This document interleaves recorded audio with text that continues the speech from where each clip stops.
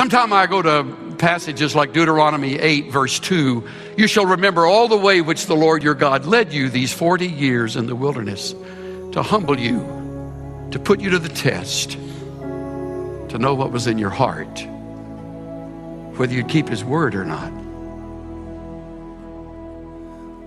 As the years pass in your life, you will have the opportunity to go through the same 3 gates in your reflection. Have you been humbled? Are you being tested? And how's your heart? Now, this comes as no surprise to anyone in this room or in the rooms that are watching by closed-circuit television.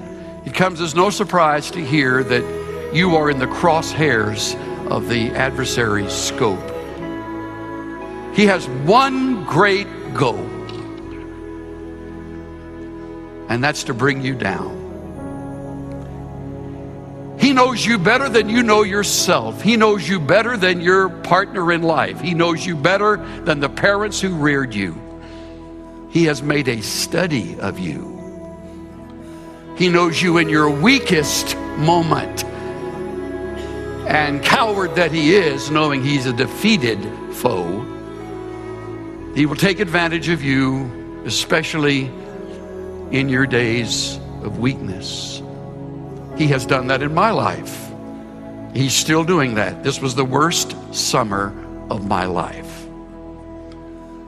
We went through tests that we've never gone through before. I don't ask for pity. I simply declare that so you will know you never get to the place where you are above the fray, or you have sort of arrived with an invisible shield around you that keeps the enemy's darts away. He despises what you are learning to love.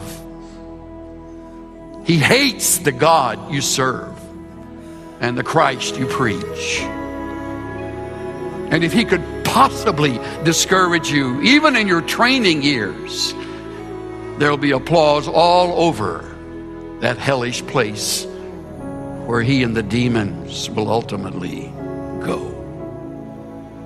I don't know where you're going to wind up in this crazy world. I don't know whose life you're going to touch more than you could imagine. I don't know what influence you're going to have on individuals more than you ever dreamed. But part of the effectiveness of your ministry will be the things you learn when you get discouraged.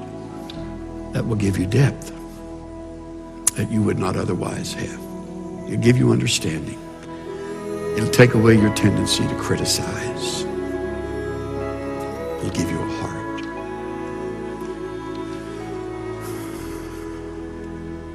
May God hold you close in the slough of despond.